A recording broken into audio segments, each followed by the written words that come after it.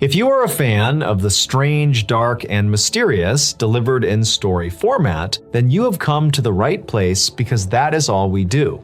Before we begin, if you enjoy our content, please invite the like button to a 3-hour timeshare presentation. Promise them there will be a free luxury breakfast, but when they arrive, lock the doors, turn off the air conditioning, and force them to watch a slideshow about aluminum siding until they cry. Now, let us get into today's story.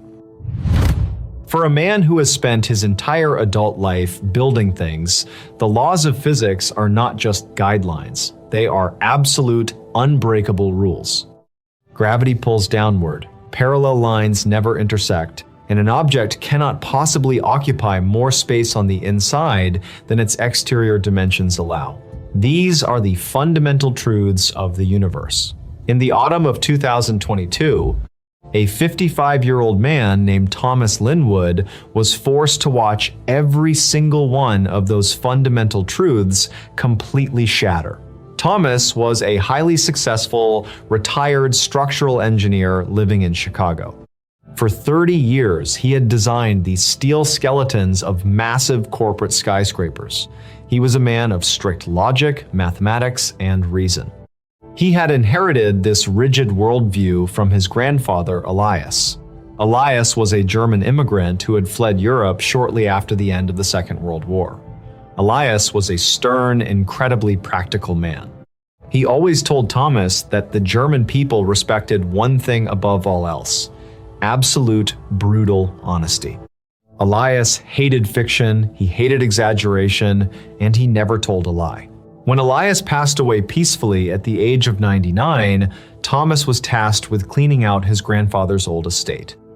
While packing up the dusty attic, Thomas found a heavy, rusted iron lockbox hidden beneath the floorboards. Inside the box, there was no money. There was only a single, heavy, ancient iron key and a hand-drawn map dated 1946. The map depicted a highly specific, isolated route deep into the Schwarzwald, which is globally known as the Black Forest, located in southwestern Germany. Written on the back of the map in his grandfather's meticulous handwriting was a single sentence in German. Thomas translated it. It read, "The house where the truth was broken, do not open the door." For a man who valued brutal honesty and logic, this cryptic message was an irresistible puzzle. Why would his pragmatic, no-nonsense grandfather keep a map to a hidden cabin for over 70 years? What truth could possibly be broken? Thomas decided he needed to see it for himself. He wanted to understand the history his grandfather had left behind. 2 weeks later, Thomas flew into Frankfurt, rented a heavy-duty off-road vehicle, and drove 4 hours south toward the edge of the Black Forest. The Black Forest is not like the woods in North America. It is incredibly ancient, steeped in centuries of dark folklore. The pine trees grow so incredibly close together that their massive branches weave into a solid canopy, blocking out almost all the sunlight even in the middle of the afternoon. When you walk into the Black Forest, the temperature drops dramatically, and the silence is so heavy it actually makes your ears ring. Thomas parked his vehicle at the end of an abandoned, overgrown logging road. He packed a heavy canvas rucksack with supplies, a highly powerful LED flashlight, 3 days worth of food, a first aid kit, and his professional laser distance measurer. He checked his grandfather's old map, locked his truck, and began the grueling hike directly into the dark, trackless woods. He hiked for 6 straight hours. His 55-year-old knees ached, but his determination pushed him forward. He crossed 2 freezing shallow rivers and climbed over massive rotting tree trunks covered in thick green moss. Finally, just as the sun was beginning to set and the forest was turning completely black, he found it, sitting perfectly still in the center of a small, dead clearing was a cabin. Thomas stopped and observed it with his trained engineer's eye. From the outside, the structure was incredibly simple and entirely unremarkable. It was a single-story, rectangular wooden cabin built from dark, petrified pine logs. Judging purely by sight, Thomas estimated the exterior dimensions to be exactly 20 feet wide by 30 feet long. It had a slanted roof covered in dead pine needles, no windows whatsoever, and a single, thick, heavy oak door at the front. It looked exactly like a standard mid-century hunter's shelter. It obeyed the laws of architecture. It was perfectly normal. Thomas walked up to the heavy oak door. The wood was cold and damp to the touch. He reached into his coat pocket, pulled out the heavy iron key he had found in his grandfather's lockbox, and slid it into the rusted keyhole. He turned it. A loud, heavy, mechanical clack echoed out into the silent forest. Thomas pushed the door open, clicked on his high-powered flashlight, and stepped inside. The air inside the cabin was completely stale. Smelling intensely of dry dust and old paper, Thomas swept his flashlight beam across the room. He was standing in a modest, simple front parlor. There was a rotting wooden table, 2 wooden chairs, and a small stone fireplace on the right wall. The floorboards were wide and covered in a thick layer of gray dust. Directly across from Thomas, on the back wall of the room, there was another wooden door, presumably leading to a small back bedroom. Thomas decided to take official measurements to document the property. He pulled out his laser distance measurer, placed his back against the front door, aimed the red laser pointer at the back wall where the second door was, and pressed the button. The digital screen chirped. It read exactly 28 feet. This made perfect, logical sense. The exterior of the cabin was 30 feet long, accounting for the thickness of the log walls. An interior length of 28 feet was mathematically flawless. Satisfied, Thomas walked across the dusty floorboards, turned the brass handle of the back door, and pushed it open, expecting to find a tiny, cramped sleeping quarters roughly 10 feet deep. He stepped through the doorway and shined his flashlight forward. Thomas froze completely. His breath caught violently in his throat. He was not looking at a small bedroom. He was standing at the beginning of a massive, perfectly straight, incredibly grand hallway. The hallway was completely covered in dark, ornate red wallpaper. The ceiling was at least 15 feet high, adorned with intricate, unlit crystal chandeliers. And the hallway stretched out directly in front of him for at least 300 feet before disappearing into the darkness. Thomas felt a massive, sickening wave of vertigo wash over him. His brain violently rejected what his eyes were seeing. This was not a magic trick. This was not an optical illusion. He had just measured the exterior of the cabin. The entire building was only 30 feet long.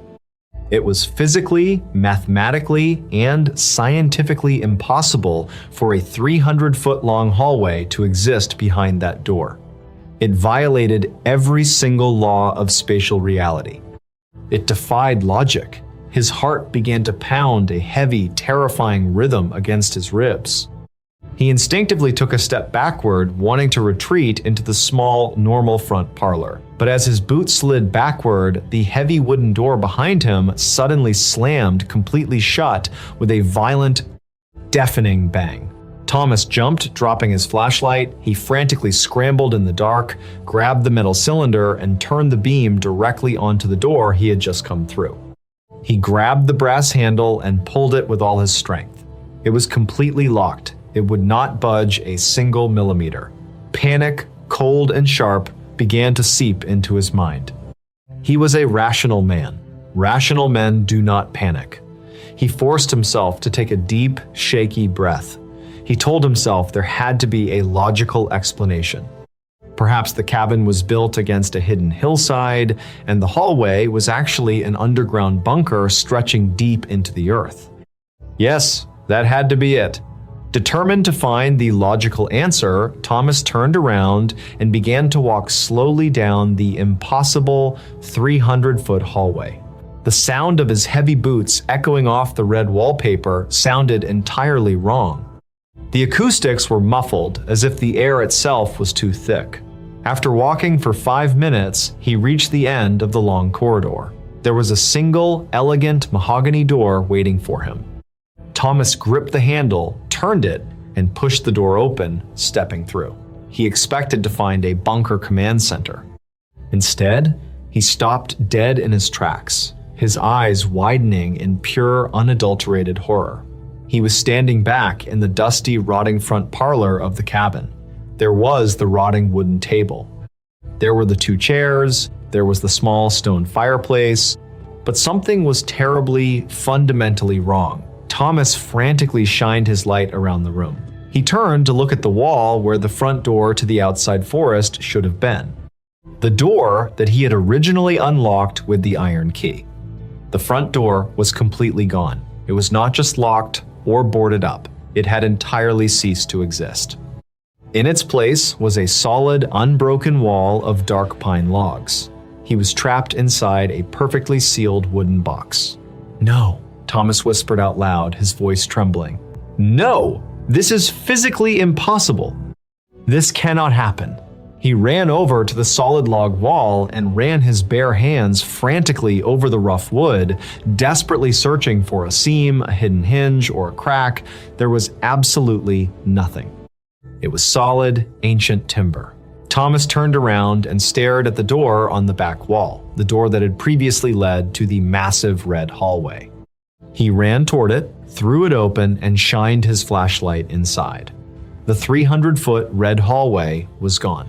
Instead, the doorway now opened directly into a massive, cavernous, circular library. The walls of the library stretched upward for at least 5 stories, entirely lined with thousands of ancient, leather-bound books. A massive spiral staircase made of black iron twisted its way up the center of the room, leading toward a ceiling lost in the shadows. Thomas's logical mind completely broke. He collapsed onto his knees in the dust of the doorway, clutching his chest as he began to hyperventilate. He was a 55-year-old engineer who had spent his life dictating how space and matter behaved. Now, the space around him was actively shifting, morphing, and rearranging itself every time a door was closed. The cabin was a paradox. It was a physical manifestation of madness. The house where the truth was broken, Thomas sobbed quietly, remembering the translation of his grandfather's warning. The truth of physics. The truth of reality. He knew that sitting on the floor would only lead to madness and eventually starvation. He had to keep moving. He had to map this impossible space. He pulled a small grid notebook and a pencil from his pocket. He was going to use architecture to defeat the supernatural. Thomas stood up and walked into the massive circular library. He carefully closed the door behind him. He walked over to the black iron spiral staircase and began to climb. He counted his steps carefully, mapping the elevation. He climbed up 1 full story, 2 stories, 3 stories. He reached a metal landing with a narrow, heavy steel door. He quickly sketched the circular room and the staircase on his grid paper. According to his calculations, he was now at least 40 feet vertically above the ground floor of the 30-foot cabin. He pushed the heavy steel door open and stepped through. Thomas felt a violent, sickening lurch in his stomach, as if gravity had suddenly inverted for a fraction of a second. He stumbled forward and caught himself on a cold, damp concrete wall. He aimed his flashlight forward. He was not on the 3rd floor of a library. He was standing at the bottom of a dark, narrow concrete basement. The air was freezing cold and smelled intensely of mildew and wet earth. Water was dripping loudly from the ceiling. Thomas looked down at his notebook. The architectural grid he had drawn made absolutely no sense. He had walked up 3 flights of stairs, passed through a door, and somehow ended up underground, deep beneath a cabin that did not have a basement foundation when he measured it from the outside. He began to walk down the dark concrete corridor. He noticed doors lining the left and right sides of the wall. He stopped at the first door on his left and carefully pushed it open. Inside the small room, his flashlight illuminated something that made his blood run completely cold. Sitting in the center of the dark, damp room was a perfect, exact, pristine replica of his own dining room table from his house in Chicago. It was the exact same oak wood, the exact same scratch marks on the corner where his dog had chewed it 10 years ago. Sitting neatly on top of the table was a hot cup of black coffee, steam rising gently into the freezing basement air. Thomas backed away slowly, terrified, and closed the door. He moved to the next door on the right side of the hallway and threw it open. This room was filled with thousands of heavy iron keys, entirely identical to the one he had used to open the front door of the cabin. They were piled into massive rusted metal buckets overflowing onto the concrete floor. He closed the door. He was entirely losing his grip on reality. The house was not just breaking the laws of physics, it was pulling elements from his own memories and twisting them into a nightmare. He reached the very end of the concrete basement hallway. There was one final door. It was a simple, modern, white-painted door with a silver handle. It looked entirely out of place in the dark basement. Thomas took a deep, agonizing breath, turned the silver handle, and stepped inside. He walked into a room that was brightly lit by warm, yellow lamps. The walls were lined with familiar bookshelves. There was a large mahogany desk in the center of the room. It was an absolutely perfect, flawless replica of his grandfather Elias's study back in Chicago. The exact room where Thomas had found the iron lockbox and the map. But Thomas was not alone in the room. Sitting behind the heavy mahogany desk, with his back turned toward Thomas, was a man. The man was wearing a familiar gray wool sweater. He was hunched over the desk, frantically writing on a piece of parchment paper with a heavy fountain pen.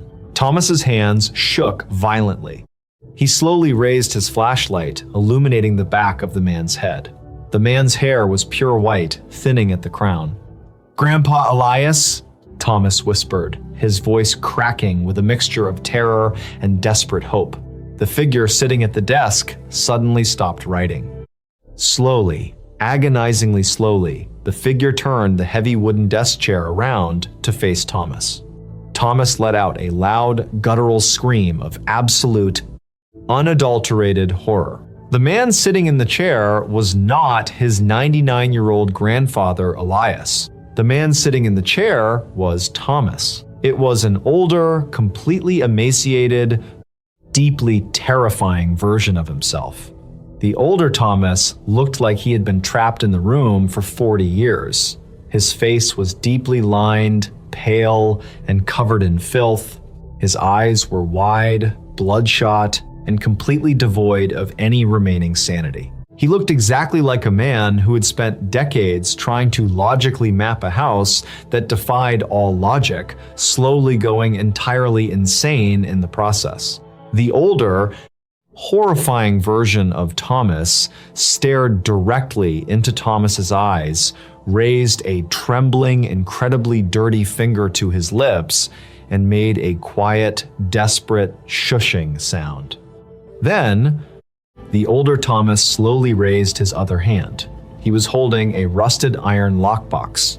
He gently placed the map and a single iron key inside it, closed the lid, and pushed it across the mahogany desk.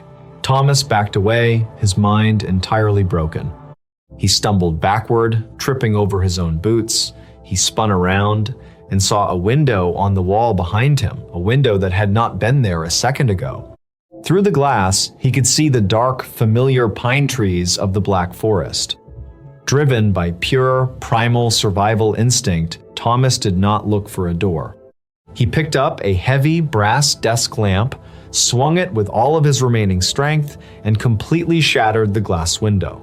Without hesitating, Thomas threw his body forward, diving headfirst through the jagged, broken glass. He fell through the air and slammed violently into the cold, wet dirt of the Black Forest. The impact knocked the wind entirely out of his lungs. He lay in the mud, gasping desperately for air, feeling the freezing rain of the German forest hitting his face. He scrambled onto his hands and knees, ignoring the deep cuts on his arms from the glass, and spun around to look at the cabin. Sitting peacefully in the dark clearing was the simple, single-story, rectangular wooden cabin. It was exactly 20 feet wide and 30 feet long. The heavy oak front door was firmly shut. There was no broken window on the exterior wall. It looked completely normal. It looked entirely innocent. Thomas did not bother taking his measurements. He did not bother trying to find a logical explanation. He left his expensive flashlight, his notebook, and his laser measurer rotting in the mud. He turned his back on the cabin where the truth was broken, and he ran blindly into the dark forest, sprinting for hours until his legs gave out, terrified that if he stopped, he would open his eyes and find himself standing back inside the 300-foot red hallway.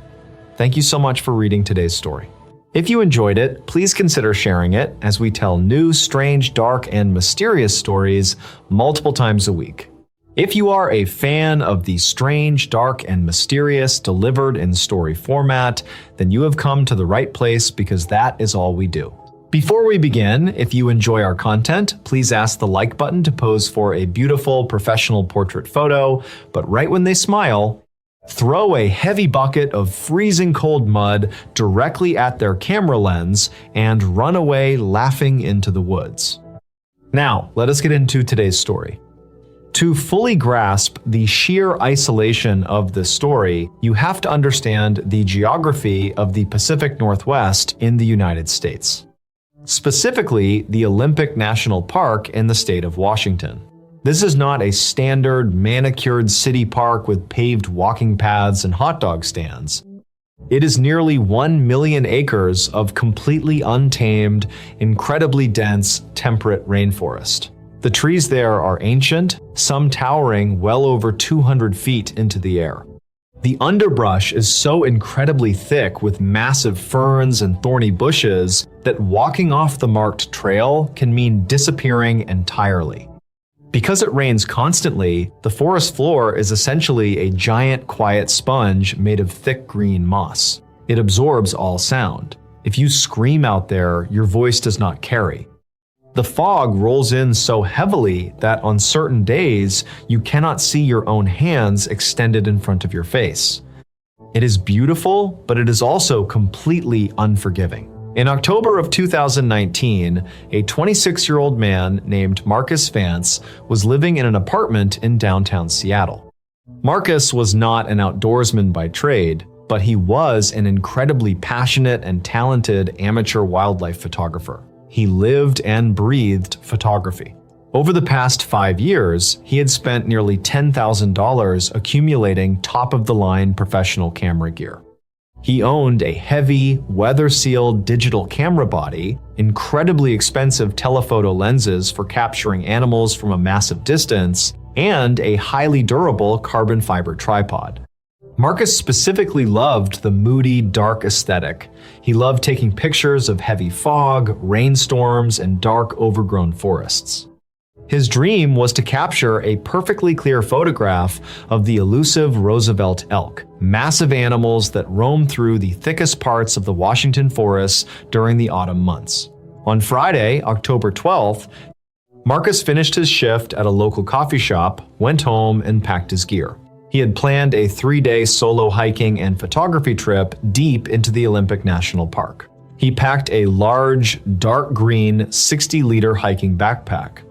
Inside, he packed his single-person tent, a sub-zero sleeping bag, a portable water filtration system, 3 days' worth of freeze-dried food, and a very large bear canister. But the bulk of the weight in his bag was his heavy camera equipment. He packed 3 different lenses, multiple extra batteries, and wrapped his heavy tripod onto the outside of the bag.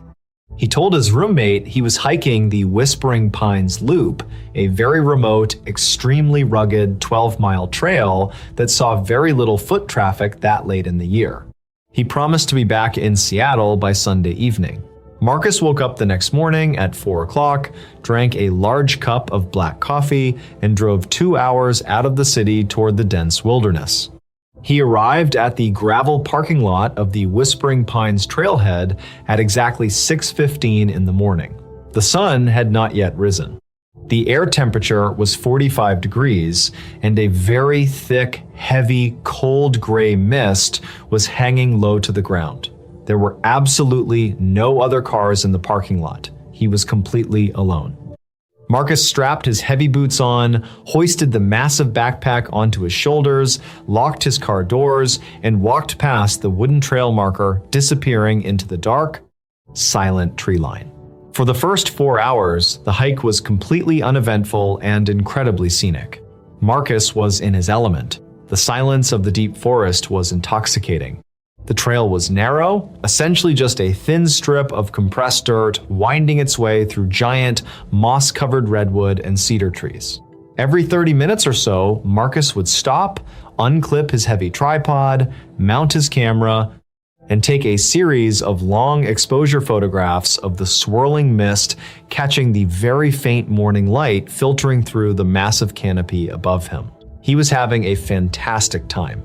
By 11 o'clock in the morning, Marcus reached the 5-mile marker of the loop. This was the deepest, most isolated section of the trail, located at the bottom of a massive bowl-shaped valley. Because of the geography of the valley, the fog here was incredibly thick. Visibility dropped drastically. Marcus could only see about 30 feet in front of him before the trees completely dissolved into a wall of solid white mist. Suddenly, Marcus stopped walking. He stood perfectly still on the dirt path. Off to his right side, deep within the untamed, trackless forest, he heard a sound. It was the loud, distinct sound of a very heavy tree branch snapping under immense weight, followed by the slow, rhythmic crunch of dead leaves. Marcus felt a massive surge of adrenaline. The footsteps sounded incredibly heavy. They were far too heavy to be a deer or a coyote. In his mind, there were only 2 possibilities in this part of the country. It was either a massive black bear, or it was the exact animal he had come all this way to photograph, a massive male Roosevelt elk. As a responsible hiker, Marcus knew the absolute golden rule of the national park system. You never, ever leave the marked trail. If you wander off the path in a forest that dense, it is incredibly easy to get completely turned around and lose your sense of direction within a matter of minutes. But the temptation of getting an award-winning, once-in-a-lifetime photograph completely overpowered his common sense. Marcus unclipped a heavy telephoto lens from his belt, securely attached it to his camera body, and slowly, quietly stepped off the dirt trail, walking directly into the dense, foggy woods toward the sound. He walked very slowly, carefully placing his heavy boots on soft patches of moss so he would not make a single sound. He kept his camera raised right up to his right eye, his finger resting gently on the shutter button, ready to snap a picture in a fraction of a second. He pushed his way through thick walls of wet, heavy ferns. The cold mist clung to his jacket, making him shiver. He walked blindly into the woods for roughly 20 minutes. He realized he had walked much further from the trail than he originally intended. He had walked maybe half a mile into the completely uncharted wilderness. The sound of the heavy footsteps had completely stopped. The forest was now dead silent again. Marcus lowered his camera and let out a sigh of disappointment.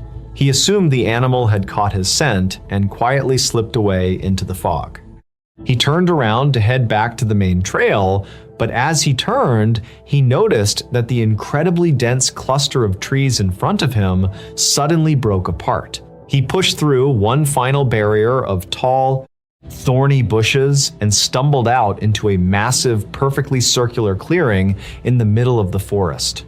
The clearing was easily 100 yards across, filled entirely with dead, knee-high yellow grass.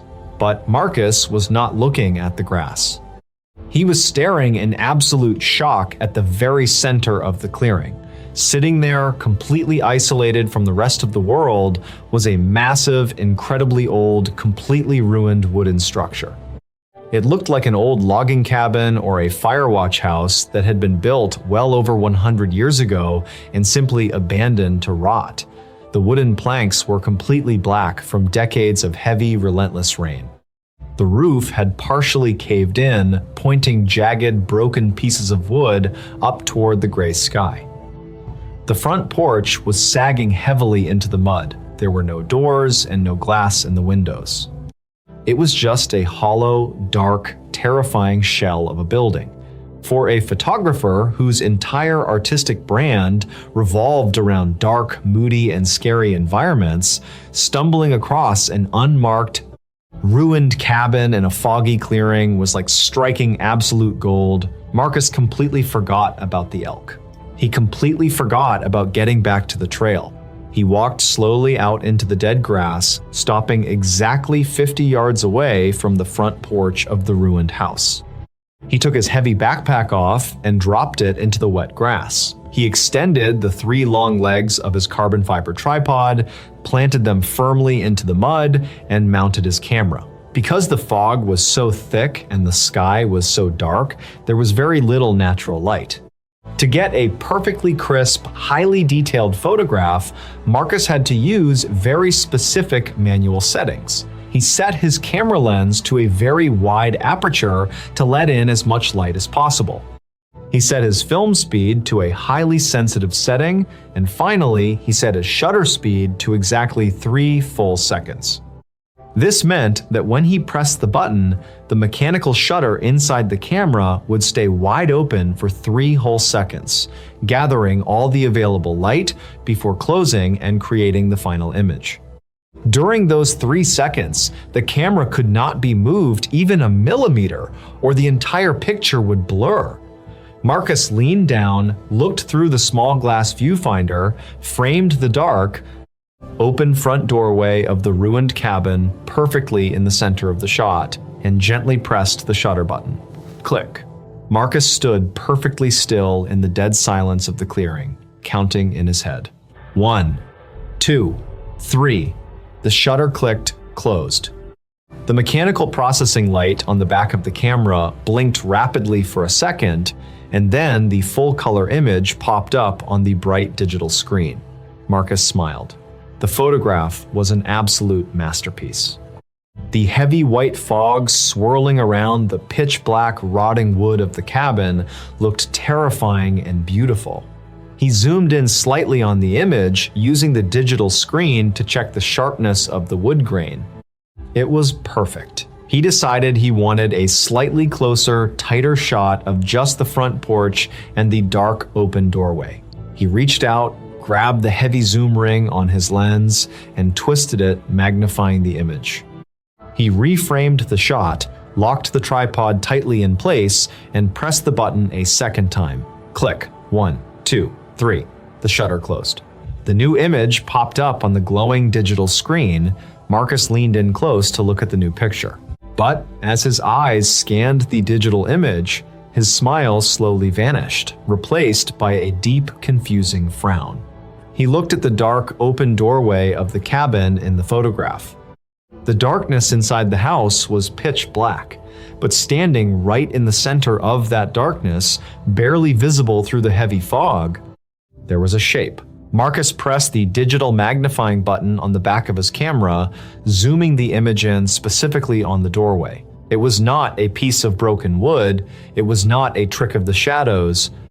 It was a figure. It was incredibly tall, incredibly thin, and it appeared to be standing completely still in the pitch-black room, looking directly out through the doorway at Marcus. A sudden, sharp spike of ice-cold adrenaline hit Marcus directly in the chest. His breathing stopped. He immediately ripped his eyes away from the small digital screen and stared straight ahead across the clearing at the actual, physical house standing 50 yards in front of him. He stared intensely through the thick white mist. The doorway was completely empty. There was absolutely nothing standing there. It was just an empty, rotting black hole in the wood. Marcus let out a long, shaky breath. He laughed nervously, quietly, out loud. He told himself he was being ridiculous. He rationalized that his incredibly slow shutter speed had simply captured a weird reflection of light bouncing off a wet leaf or a spider web blowing in the wind, creating an optical illusion that looked like a person. It was a common occurrence in long exposure photography, but his heart was still beating incredibly fast. He wanted to prove his own rationalization right. He wanted to take one more picture, perfectly focused on the doorway, to prove to himself that the house was entirely empty. His hands were trembling slightly as he reached out and adjusted the manual focus ring on the lens until the edge of the wooden doorway was absolutely razor sharp. He held his breath, kept his eyes locked firmly on the empty doorway, and reached blindly for the camera button. He pressed it. Click. 1, 2, 3. The shutter closed. Marcus immediately looked down at the bright digital screen. The image took 1 second to render. When it finally flashed onto the screen, all the blood completely drained from Marcus's face. The terrifying primal cold of absolute panic paralyzed every single muscle in his body. The tall, thin figure was no longer standing inside the dark doorway of the house. In this new photograph, the figure was standing outside. It was standing directly on the rotting wooden planks of the front porch, fully exposed in the foggy clearing, and the camera lens had captured it in horrifying, crystal-clear detail. It was easily 7 feet tall. It was completely naked. Its skin was a sickly, pale, almost translucent white color, looking like wet clay. Its arms were impossibly, unnaturally long, hanging completely straight down by its sides, extending entirely past its kneecaps. Its fingers ended in long, sharp black points. But the most horrifying part was its head. The creature's head was tilted entirely sideways, resting completely flat against its own right shoulder at a broken 90-degree angle. And its face was completely blank. There were no eyes, there was no nose, there was no mouth. There was just a smooth, pale, terrifying sheet of skin staring directly into the camera lens. Marcus gasped, a sharp, ragged intake of air. He violently jerked his head up, tearing his eyes away from the screen, and stared directly at the front porch of the cabin. The porch was totally empty. The physical space 50 yards in front of him was completely, entirely empty. The heavy white fog rolled slowly over the rotting wooden planks. There was absolutely no sound. There was no movement. The terrifying, towering, pale creature simply did not exist in the physical world his human eyes were capable of seeing. But when he looked back down at the glowing 3-inch digital screen of his camera, the creature was right there, frozen in the high-definition image, standing on the porch, facing him. Marcus's brain completely shattered. Pure, unadulterated terror seized him. Every biological instinct he possessed screamed at him to abandon his expensive tripod, leave his backpack on the ground, turn around, and sprint blindly back into the dense forest as fast as his legs could physically carry him. But he could not move. His boots felt like they were cemented to the wet mud. He was trapped in an impossible, horrifying paradox. If he turned his back and ran, he would be completely blind to whatever this thing was. He would be running through a dense, foggy forest with a 7-foot-tall monster hunting him from behind. The only way he could possibly know where the creature actually was by looking through the lens of his camera. The camera was the only thing that could see it. Tears began to stream rapidly down Marcus's face, mixing with the cold mist. He was hyperventilating, his breath coming out in short, ragged, terrified gasps. His hands were shaking so violently that the heavy carbon fiber tripod was physically vibrating in the mud. Driven by a sheer, morbid desperation to know what the creature was doing, Marcus reached out with trembling fingers and pressed the shutter button again. Click. The clearing plunged into 3 seconds of agonizing, horrifying silence. Marcus kept his eyes glued to the small digital screen, waiting. 1, 2, 3. The shutter closed, The screen blinked black. The new image loaded. Marcus let out a loud, pathetic, crying whimper. The pale, faceless figure was no longer standing on the front porch of the cabin. In the new photograph, the creature was standing exactly halfway across the dead grass of the clearing. It had moved 25 yards in the span of 3 seconds. It was now only 25 yards away from Marcus. It was moving directly toward him, and it was only moving in the 3 seconds of darkness when the mechanical shutter of the camera was closed, blindly gathering light. It was playing a terrifying, supernatural game of red light, green light with him. Please. Marcus sobbed out loud, his voice cracking and echoing weakly into the thick fog. Please, no, please. He stared out across the clearing. With his naked eyes, the dead grass was completely empty. There was nothing standing there.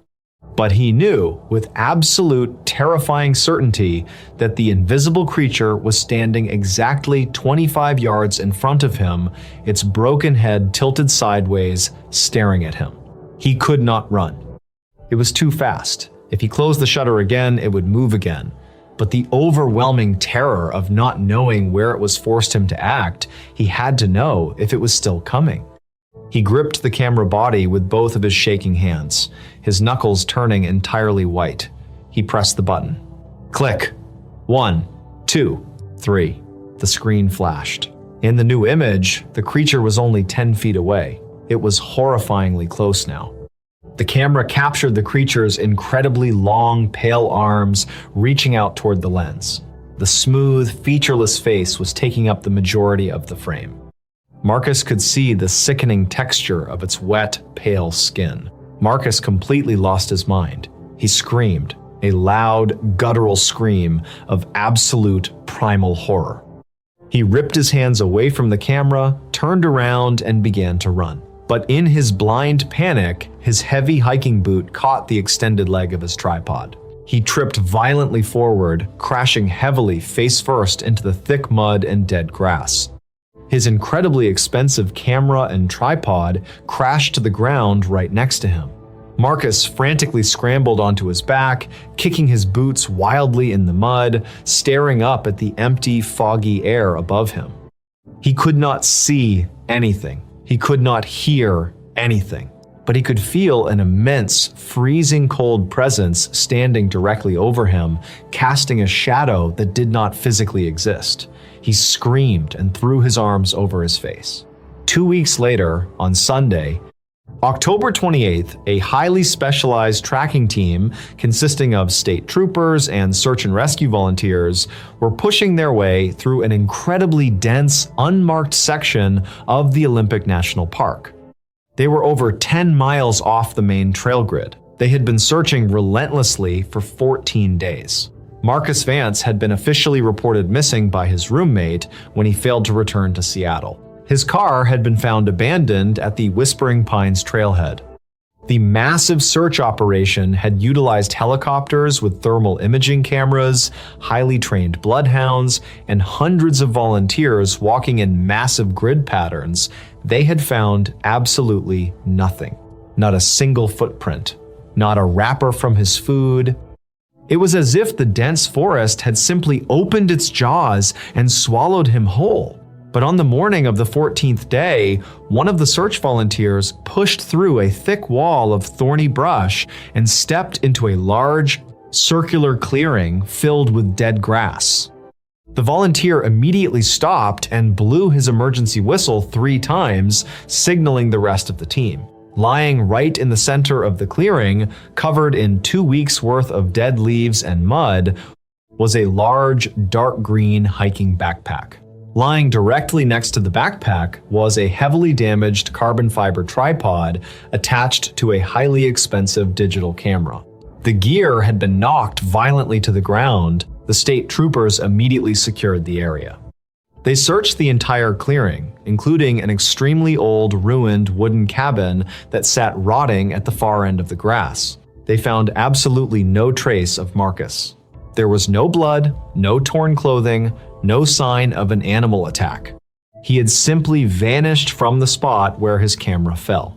The police carefully bagged the camera and the backpack as evidence and hiked out of the forest.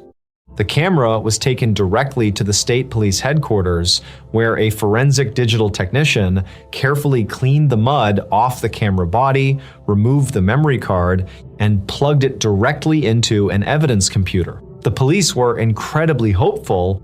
They assumed Marcus had been photographing animals, and perhaps the final pictures on the camera would show a massive bear attacking him or show which direction he was walking before he dropped his gear. The technician opened the main folder on the screen. He saw dozens of incredibly beautiful, highly professional photographs of the misty forest, giant trees, and dark trails. He kept clicking the right arrow on his keyboard, moving chronologically through the images. Then, he reached the final sequence of photographs. The technician frowned as he clicked on a picture of a ruined, rotting cabin in a foggy clearing. He clicked to the next picture. He leaned closer to the monitor, noticing a strange, blurry shape inside the dark doorway of the cabin. He clicked to the next picture. The technician felt a sudden, cold chill run entirely down his spine. The photograph showed a towering, pale, naked figure with impossibly long arms and a completely featureless face, standing directly on the porch of the cabin. The technician swallowed hard and nervously clicked to the next picture. The creature was halfway across the clearing, moving directly toward the camera lens. The technician's hand began to shake. The seasoned police officer standing behind him in the room audibly gasped and took a step back from the computer screen. They both realized they were not looking at a wild animal attack. They were looking at something entirely unexplainable and deeply horrifying. The technician clicked to the next picture. The creature was only 10 feet away, its long, pale hands reaching out. The technician's breathing was heavy now in the quiet room. He saw that there was exactly one final photograph left in the digital folder. It was the very last picture Marcus Vance ever took before his camera hit the ground. The technician took a deep breath, braced himself, and clicked the right arrow key one last time. The final image flashed onto the bright computer monitor. The technician violently shoved his rolling chair backward, completely terrified, crashing into the desk behind him. The police officer swore loudly and placed his hand instinctively on his duty weapon. The final photograph was not out of focus. It had not been blurred by motion. It was a perfectly still, horrifyingly clear, high-definition macro shot. The entire frame of the picture was completely filled by the smooth, sickly, pale, entirely featureless face of the creature. But the face was completely distorted, flattened, and pressed violently and aggressively right up against the glass of the camera lens. The terrifying thing had been standing exactly 1 inch away from Marcus's face in the dark when the mechanical shutter clicked closed for the final time. The police launched a second, massive search of the clearing and the ruined cabin, bringing in heavy equipment to dig through the mud and the rotting floorboards of the house. They searched for another entire month. They found absolutely nothing. The memory card was quietly locked away in a secure evidence vault, and the file was permanently classified as an unsolved disappearance. Marcus Vance was never seen or heard from ever again. Thank you so much for reading today's story. If you enjoyed it, please consider subscribing as we post new, strange, dark, and mysterious stories multiple times a week. Until next time, stay safe. If you are a fan of the strange, dark, and mysterious delivered in story format, then you have come to the right place because that is all we do. Before we begin, if you enjoy our content, please invite the like button to go on a 5-mile hike through the wilderness. Tell the like button you know a great shortcut, but instead lead them directly into a massive patch of poison ivy, steal their water bottle, and jog all the way back to your car. Now, let us get into today's story. To truly understand the absolute terror of this story, you first have to understand the psychology of a caver. Caving or spelunking is not a hobby for normal people. Humans are biologically programmed to fear absolute darkness, being trapped in tight spaces, and being buried alive. But for people who love exploring caves, those fears are replaced by an overwhelming obsession with discovery. They want to set foot in places where no human being has ever stood since the beginning of time. In the summer of 2019, two brothers named Mark and David were living in the state of West Virginia. Mark was 28 years old and David had just turned 31. They were not amateurs. They had been exploring wild, unmapped caves across the Appalachian Mountains for over 10 years. They owned thousands of dollars worth of professional gear, static ropes, heavy-duty climbing harnesses, specialized ascending devices, and highly durable waterproof headlamps. They knew how to measure oxygen levels in deep subterranean pits, and they knew exactly how to contort their bodies to slip through cracks in solid rock that most people would assume were far too small for a human to fit inside. In late July of that year, David was drinking a beer at a local dive bar when he struck up a conversation with an incredibly old man who used to work as a coal miner in the 1970s. The old man told David a local legend about a hidden limestone cave deep in the dense forests of the Blackwater region. According to the old miner, logging crews back in the 1920s used to complain about a massive, bottomless hole in the ground hidden between two giant oak trees. The loggers claimed that during the hottest days of summer, a freezing cold wind would blow directly out of this hole, smelling like ancient wet earth. The old man said the hole was entirely unmapped and totally unexplored because the locals believed the woods around it were cursed. For David and Mark, hearing about an unexplored cave system was like winning the lottery. They spent the next 3 weeks studying satellite topography maps, trying to pinpoint the exact location based on the old miner's vague directions.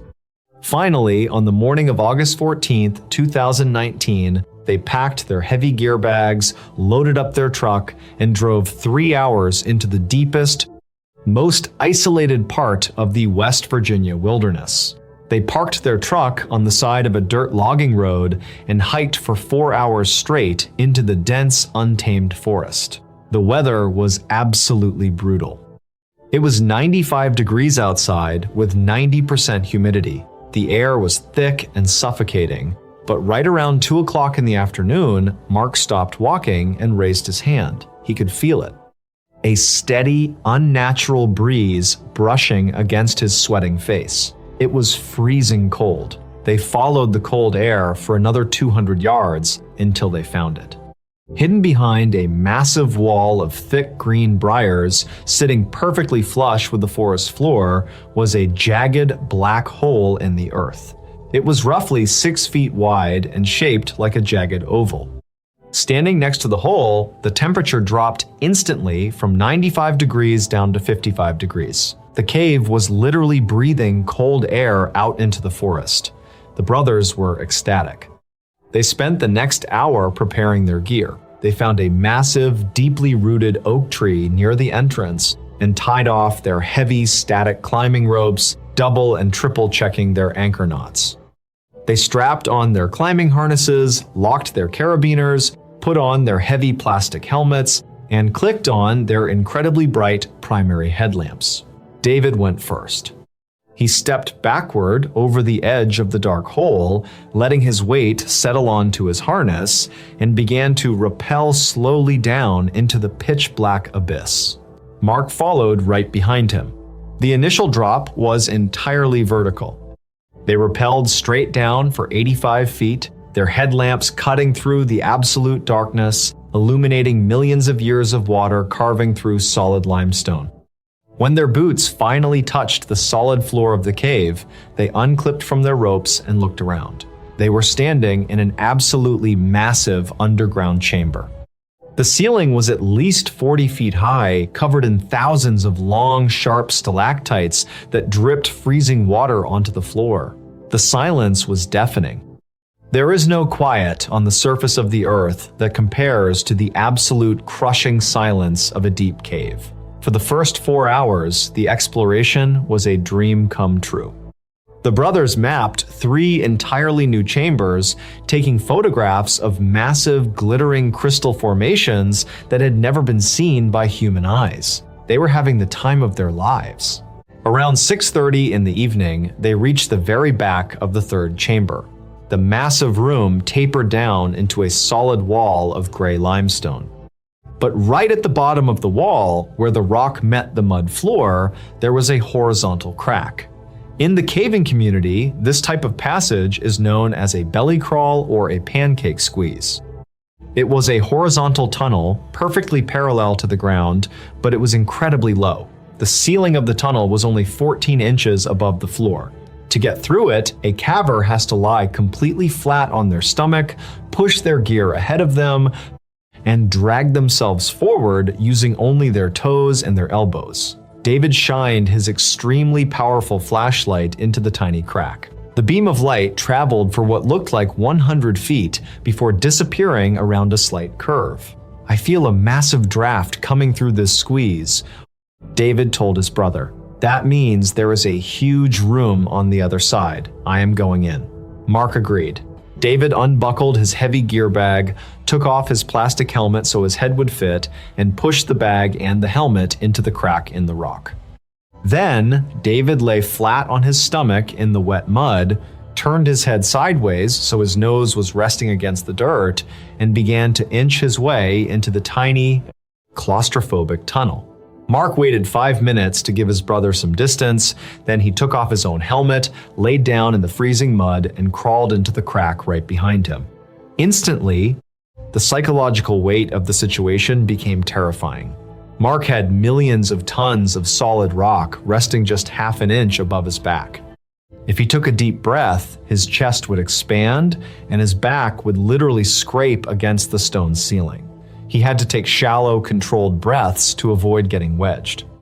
He could only see the soles of David's muddy boots slowly dragging forward in the beam of his handheld flashlight about 15 feet ahead of him. They crawled in agonizingly slow increments for almost 45 minutes. Every inch was a physical battle against the stone. The temperature inside the tight tunnel dropped significantly, making their fingers numb and clumsy. Then, the situation became significantly worse. The tunnel slowly began to taper. The 14-inch clearance slowly dropped to 12 inches. Then it dropped to barely 10 inches. Mark yelled up to his brother, his voice muffled and distorted by the tight walls of the rock. "David! It is getting incredibly tight back here. Are you sure this opens up?" David's voice echoed back, sounding strained and out of breath. "I think so. The draft is getting much stronger. Just give me another 50 feet. If it doesn't open up, we will back out." Backing out of a squeeze like this is a caver's worst nightmare. You cannot turn around. You have to drag yourself backward blindly, using only your toes to push while dragging your gear with your hands. It takes twice as long and is physically exhausting. Mark took a shallow breath, placed his cheek in the mud, and dragged himself forward another 10 feet. Suddenly, David's boots stopped moving. Mark waited a full minute, assuming David was just resting his muscles. But David did not move an inch. "David?" Mark called out into the dark. "Are you stuck?" There was a long, terrifying pause. When David finally answered, his voice did not sound strained from physical effort. He sounded absolutely terrified. "Mark," David whispered. His voice was trembling uncontrollably. "Turn off your flashlight." Mark frowned, his heart beginning to beat faster against the cold mud. "What? Why?" "Just turn it off right now. Do it," David yelled in a panicked, hushed tone. Mark reached forward with a shaking hand and clicked the button on his flashlight. Instantly, the tunnel was plunged into a darkness so absolute and profound that it felt like a physical weight pressing against his eyeballs. "Okay, it is off," Mark whispered. "What is wrong? Look past my boots," David whispered back. "Look down the tunnel in front of me." Mark squeezed his eyes shut for a second, then opened them, letting his pupils adjust to the pitch-black environment. He stared past the dark outline of his brother's legs. Far down the tunnel, maybe 60 or 70 feet ahead of David, there was a light. It was not the bright, harsh, white LED light of a modern caving headlamp. It was a pale, sickeningly dull yellow glow, and it was slowly swaying back and forth in the dark. Mark's blood turned to ice. There was absolutely no way anyone else was down here. They had parked miles away from civilization, hiked through untamed wilderness, and rappelled down an unmarked pit. The idea of another person being hundreds of feet underground, trapped inside a 10-inch tunnel with a strange yellow light, defied all logic. "Hello?" David yelled out, his voice cracking with pure fear. "Is someone there? We are stuck in the squeeze." The yellow light immediately stopped swaying. It just hovered perfectly still in the darkness. Then, very slowly, the yellow light began to move directly toward them. It was moving fast. Impossibly fast for someone crawling through a 10-inch crack in solid bedrock. It was gliding forward with a smooth, silent speed that made absolutely no sense. "Back up!" David suddenly screamed, total hysteria taking over his voice. "Mark, back up right now! Pull me back! Pull me back!" Mark frantically clicked his flashlight back on. In the beam of his light, he saw David violently thrashing his legs, trying to push himself backward, but David was panicking. He was breathing heavily, his chest expanding wildly, which wedged his ribs securely against the ceiling and floor of the stone tunnel. He was completely, physically stuck. Mark dragged himself forward as fast as he could, ignoring the rock tearing the skin off his back. He reached out and grabbed both of David's heavy leather boots. "I have you!" Mark screamed. "Exhale! Blow all the air out of your lungs so you shrink down." David screamed in response, a high-pitched, guttural sound of pure, unadulterated horror. "It is touching my helmet! Mark, it is touching my head! Pull me, please God, pull me!" Mark planted the toes of his boots firmly against the jagged rock walls beside him, gripped his brother's boots with all his strength, and pulled backward with everything he had. For 1 second, David's body slid backward about 2 inches. But then, Mark felt a sudden, massive jolt of resistance from the other side. Something incredibly strong had grabbed David from the front. A literal, horrifying tug of war began deep inside the earth. Mark pulled backward with all his might, screaming as the muscles in his arms burned. But the force pulling David from the front was overwhelming, mechanical, and totally unnatural. It did not pull in jerks or spasms like a human would. It just pulled with a steady, unstoppable grinding force. "Mark!" David shrieked, his voice sounding muffled, as if something was physically covering his face. "My arms are pinned! It is pulling me by the shoulders! Mark, don't let go! Do not let go!" Mark was crying now, tears mixing with the thick mud on his face. He wrapped his arms entirely around his brother's calves, locking his fingers together, but the pulling force increased drastically. Mark was physically dragged forward through the mud by the sheer power of whatever had his brother. His helmet scraped violently against the ceiling. He was losing his grip. "I can't hold on." Mark sobbed, his hands slipping against the wet leather of David's boots. "Please." David screamed, a sound that Mark would hear in his nightmares for the rest of his life. Suddenly, there was a sickening, terrifying sound of heavy fabric ripping, followed by a wet, heavy crunch of bone snapping. David was ripped out of Mark's hands with such extreme, violent velocity that David's heavy leather boots were physically stripped completely off his feet, left behind in Mark's desperate grip. David's body shot forward into the dark, sliding through the mud at an impossible speed. His screams echoed down the tight tunnel, fading incredibly fast as he was dragged deeper and deeper into the abyss until the screams abruptly stopped. Total, crushing silence returned to the cave. Mark lay there in the freezing mud, completely alone in the dark, clutching his brother's empty boots to his chest. He was hyperventilating, his mind entirely shattered by what had just happened. He stared forward into the black tunnel with his flashlight beam, expecting the pale yellow light to come rushing back to take him next. But nothing came. There was only the sound of water dripping onto the stone. Survival instinct finally overrode Mark's complete mental collapse. He knew if he stayed in that tight tunnel, he would die of hypothermia or shock. He had to begin the agonizing, slow process of backing out. For the next 2 grueling hours, Mark dragged himself backward, inch by tiny inch, crying hysterically in the pitch black. His elbows were rubbed completely raw, bleeding profusely into the mud. Every time he felt a cold draft hit his face, he thought the thing had returned to grab his ankles. When Mark finally spilled out backward out of the tight crack and fell onto the floor of the main chamber, he did not rest. He stood up, grabbed the main ascending rope, and climbed the 85-foot vertical shaft with a frantic, desperate energy fueled purely by adrenaline and terror. He broke the surface right as the sun was beginning to set over the West Virginia forest. He ran blindly through the woods for miles, tearing his clothes on briar patches until he collapsed onto the dirt logging road next to their truck. He grabbed his satellite phone and instantly dialed 911.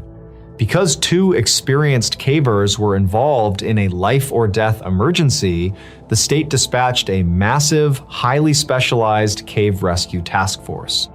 By midnight, there were 50 trained professionals, paramedics, and state troopers surrounding the entrance to the cave.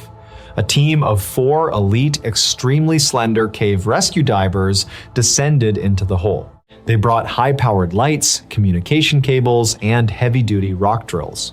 Mark sat in the back of an ambulance on the surface, wrapped in 3 thermal blankets, staring blankly at the dark tree line, refusing to speak. The rescue team found the entrance to the belly crawl. The lead rescuer, a man who had been crawling through tight spaces for 25 years, squeezed himself into the crack. He followed Mark and David's deep tracks in the mud. He found the exact spot where the scuffle had taken place. He found Mark's drop flashlight, and he saw the deep, violent gouges in the mud where David had been dragged forward. The rescuer kept pushing forward, determined to find David. He dragged himself another 40 feet past the site of the attack. But then, the rescuer had to stop. He radioed the surface command post, his voice thick with absolute confusion and dread. The passage did not open up into a larger room. It did not connect to another tunnel. Exactly 40 feet past where David was violently pulled from his brother's grip, the solid limestone walls, the ceiling, and the floor of the tunnel all smoothly tapered down into a tiny, solid rock wedge. The rescuer measured the opening with his tape measure. The absolute widest part of the tunnel was exactly 3.5 inches across. It was solid, unbroken bedrock. There were no cracks, no hidden drop-offs, and no side tunnels. The cave simply ended in a microscopic slit in the stone. It is physically, medically, and scientifically impossible for a human skeleton, let alone a fully grown adult man wearing heavy winter clothing, to pass through a 3-inch gap in solid stone. Yet, wedged violently deep inside that tiny 3-inch crack, forced so far back into the stone that the rescuer could barely touch it with his fingertips, was David's shattered, bloody plastic caving helmet. David was gone. The official police report filed weeks later concluded that David had suffered a psychotic break from claustrophobia, squeezed himself entirely too far into a tight restriction, and perished deep in the cave where his body simply could not be recovered. The state welded a massive iron grate over the entrance of the cave, permanently sealing the hole shut forever. But Mark knows the absolute truth. He knows that his brother did not just get stuck. He knows that whatever lives down in the unmapped, pitch-black depths of the earth eventually gets hungry. Thank you so much for reading today's story. If you enjoyed it, please consider subscribing as we post new, strange, dark, and mysterious stories multiple times a week. Until next time, stay safe. If you are a fan of the strange, dark, and mysterious delivered in story format, then you have come to the right place because that is all we do. Before we begin, if you enjoy our content, please invite the like button to a highly expensive, exclusive wine tasting event. But right when the sommelier pours the most expensive, century-old vintage into their glass, reach over, drop a single brightly colored fruit-flavored candy directly into the wine, maintain absolute eye contact, and tell them to enjoy the new flavor profile. Now, let us get into today's story. For a man who has spent the entirety of his adult life operating heavy machinery miles above the surface of the Earth, the laws of physics, mathematics, and spatial reality are not merely suggestions. They are the absolute, unbreakable, foundational rules of human existence. When you are piloting a commercial airliner carrying 300 passengers at 35,000 feet in the air, traveling at 500 miles per hour through a blinding thunderstorm, you cannot rely on your intuition or your feelings. You must rely entirely on your instruments, your training, and the rigid, unyielding laws of aerodynamics and objective reality. In the late autumn of 2021, a 58-year-old man named Robert Blackwood was forced to watch every single one of those unbreakable laws completely and utterly shatter inside his own home. Robert had recently retired after 32 years of flying heavy commercial jets across the Atlantic Ocean. He was a widower, a quiet man, and someone who possessed an incredibly analytical, logical mind. For his retirement, he wanted absolute peace, quiet, and isolation. He purchased a massive 60-acre plot of heavily wooded land deep in the remote Sangre de Cristo Mountains of southern Colorado. He hired a highly reputable architectural firm to design a sprawling, single-story, custom-built ranch house. He oversaw every single detail of the construction process. He kept the incredibly complex, detailed architectural blueprints rolled up in a thick leather tube, studying them every night to ensure the builders were following the exact mathematical specifications down to the fraction of an inch. The house took 2 full years to build. When it was finally finished in October, it was an absolute masterpiece of modern engineering. It was constructed entirely from heavy, dark river stone, thick glass, and solid cedar wood. It sat perfectly leveled on a concrete foundation surrounded by miles of untamed pine forest. The nearest neighbor was over 14 miles down a winding, unpaved gravel road. Robert finally had his isolated sanctuary. During his 3rd week of living in the house, a massive early-season snowstorm rolled through the Colorado mountains, dumping nearly 3 feet of snow across his property. Robert was entirely snowed in, which did not bother him at all. He had a massive pantry full of food, a backup generator, and a roaring fire in his stone fireplace. He decided to spend the quiet afternoon unpacking the final few boxes of his belongings that were stacked in the long eastern hallway of the house. This specific hallway was long and straight, connecting the main living area to the guest quarters and the master bedroom at the very end.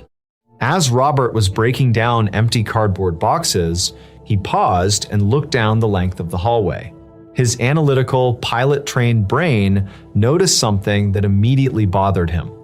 It was a subtle, almost imperceptible detail, but to a man who had spent his life reading precise instruments, it stood out like a flashing red warning light. He walked down to the far east end of the hallway. On his right side was the heavy oak door leading to a small guest bathroom. Exactly at the end of the hallway, facing him, was the door leading to the master bedroom. According to the precise architectural blueprints that Robert had memorized, the master bedroom and the guest bathroom shared a single common interior wall. This meant that the distance between the bathroom door and the bedroom door should be exactly the thickness of standard drywall and wooden framing. It should be an incredibly tight, flush corner. But as Robert stood there looking at the 2 solid oak doors, he realized they were not flush. There was a long stretch of blank, empty drywall stretching between the bathroom doorframe and the bedroom doorframe. Robert frowned deeply. He walked back to his kitchen island, unrolled the heavy blueprints, and traced his finger along the schematic lines. He confirmed his memory was perfectly accurate. The blueprints dictated a shared single wall. There was absolutely no space between those two rooms. He walked to his garage, opened his heavy red metal toolbox, and retrieved his industrial, highly accurate steel tape measure. He walked back to the hallway.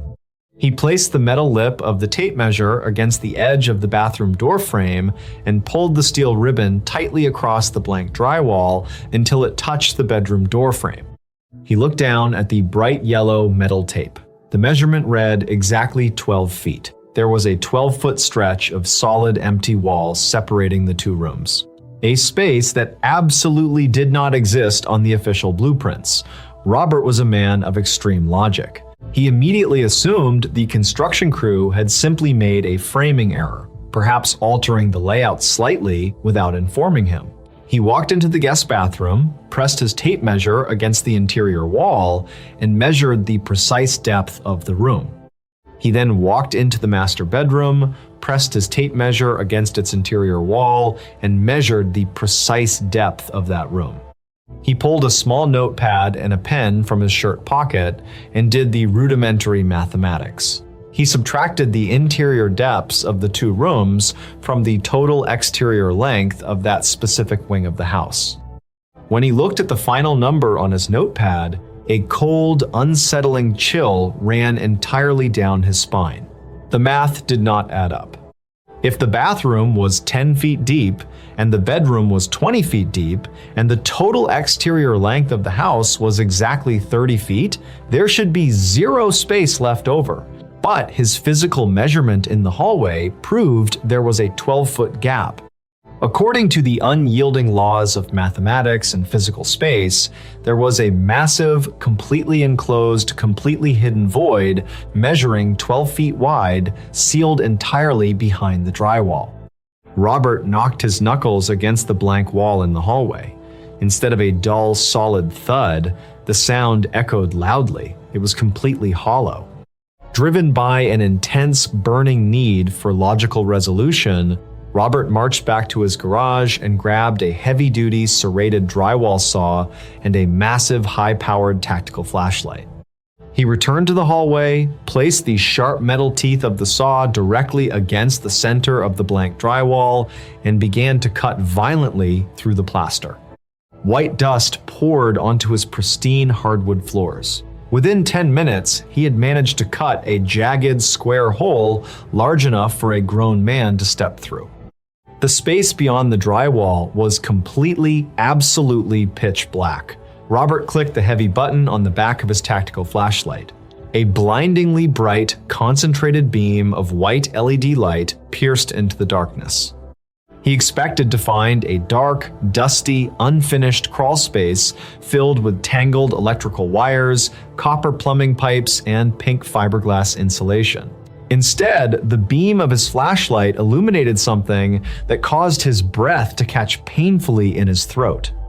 Sitting directly behind his hallway wall was a completely finished, immaculate, totally empty room. The floors were covered in beautiful, dark, polished mahogany wood. The walls were painted a pristine, clean, light gray color. There was absolutely no dust, no cobwebs, and no construction debris. It was a perfect, completely silent, utterly empty room. Robert slowly stepped through the jagged hole in the drywall, shining his flashlight around the space. The air inside the hidden room felt incredibly heavy and remarkably cold, carrying a strange metallic scent that reminded him of the static electricity in the air right before a massive lightning storm. But as he swept his light across the pristine gray walls, his logical mind began to violently reject the visual information his eyes were receiving. The room was impossibly, unthinkably vast. He pulled his steel tape measure from his belt with violently shaking hands. He locked the metal lip against the far wall and walked backward, feeding the yellow steel ribbon out until it reached the other side of the room. He shined his flashlight down at the measurement numbers. The hidden room was exactly 40 feet wide and exactly 60 feet long. Robert dropped the heavy metal tape measure onto the hardwood floor. It landed with a loud, sharp clatter that echoed endlessly in the massive space. He backed away slowly, completely terrified, his heart pounding a frantic, heavy rhythm against his ribcage. This was completely, scientifically impossible. The total maximum exterior width of this entire wing of his Colorado ranch house was only 25 feet. He was currently standing inside a room that was 40 feet wide and 60 feet long. If this room physically existed in the real world, it would be protruding massively out of the side of his house, crushing the pine trees in his yard. It would be entirely visible from a mile away. But it was not. It was somehow contained entirely within the interior of the house, violating every known law of Euclidean geometry, spatial reality, and physical architecture. The inside of his house was drastically, horrifyingly larger than the outside. Robert scrambled backward through the jagged hole in the drywall, stumbling onto the floor of his normal, brightly lit hallway. He was hyperventilating, his chest heaving, as his brain desperately tried to rationalize an irrational event. He ran directly to his heavy oak front door, unlocked the deadbolts and threw it open, running out into the freezing, howling Colorado blizzard, wearing only his thin flannel shirt and jeans. He trudged through 3 feet of heavy snow, fighting against the violent wind until he reached the eastern exterior wall of his house. He stood in the freezing storm and stared at the dark, solid river stone of his exterior wall. It was perfectly flat, it was perfectly straight. There was absolutely no massive 40 by 60 foot structure jutting out into the snow. The exterior of the house was entirely normal. He ran his freezing bare hands across the freezing wet stones, searching for a seam, a hidden door, an optical illusion. There was nothing. It was solid rock. He ran back inside the house, locked the heavy front door, and collapsed onto his living room sofa, completely shivering from the cold and the sheer, unadulterated terror. He was a man of science. He was a man of objective truth, and the house he had built was lying to him. For the next 4 days, the massive snowstorm kept Robert completely trapped on his mountain property. The deep, heavy snow made the unpaved roads completely impassable. He had no cellular service. He was entirely isolated with the physical impossibility lurking in his hallway. He stopped sleeping entirely. He drank pot after pot of black, bitter coffee. He sat in his kitchen chair, staring silently at the jagged hole in the hallway drywall. He tried to convince himself that he had suffered a severe neurological event. A massive stroke, perhaps, or a tumor pressing against the visual cortex of his brain, causing him to hallucinate the impossible dimensions. He wanted it to be a medical emergency. A medical emergency could be explained by science. On the 5th day, the agonizing, heavy silence of the house finally broke him. Driven by a morbid, terrifying curiosity that overpowered his intense fear, Robert grabbed his heavy tactical flashlight, walked down the hallway, and stepped back through the hole into the impossible, dark, gray room. The heavy, static-filled air hit his face immediately. He shined his flashlight across the massive, dark mahogany floor. He froze completely. Directly across from him, resting perfectly flush against the far gray wall of the impossible room, was a door. It was a heavy, solid, dark brown wooden door with a dull brass handle. Robert knew with absolute terrifying certainty that the door had not been there 4 days ago. He had measured every single inch of this room. The walls had been completely bare. The house was actively changing. The architecture was growing, expanding, and altering its own physical structure in the dark. His hands trembled violently as he slowly walked across the massive void, his boots echoing loudly on the wood. He reached the new door. He reached out and wrapped his cold, shaking fingers around the dull brass handle. He turned it slowly. It clicked loudly in the silence. He pushed the door open and aimed his bright flashlight beam into the space beyond. The door did not lead outside into the Colorado snow. It did not lead into another gray room. The door opened into an incredibly narrow, unimaginably long, dimly lit corridor. The walls of the corridor were entirely covered in hideous, faded, peeling yellow floral wallpaper that looked like it belonged in a cheap motel from the 1970s. The floor was covered in a damp, dark brown carpet. The ceiling was incredibly low, lined with old, flickering fluorescent tube lights that emitted a sickening, low, buzzing hum. The air pouring out of the corridor smelled intensely of old, wet dust and ozone. Robert stood in the doorway, staring down the corridor. It stretched forward in a perfectly straight line for as far as his incredibly bright tactical flashlight could possibly reach. It was a tunnel of infinite, impossible length, buried deep inside the geometry of his mountain home. Every single survival instinct screamed at Robert to slam the heavy wooden door shut, board up the hole in the drywall, pack a single bag, hike 14 miles through the waste, deep snow to the nearest highway, and never, ever return to this cursed property for the rest of his natural life. But the rigorous, analytical pilot brain inside his head demanded absolute answers. He had spent his life flying into the unknown, trusting the math to bring him safely out the other side. He needed to know where the logic ended. He needed to find the boundary of the impossibility. Leaving the heavy wooden door propped wide open behind him as an anchor to reality, Robert stepped onto the damp brown carpet and began to walk down the narrow yellow corridor. The sickly buzzing of the fluorescent lights above his head droned endlessly.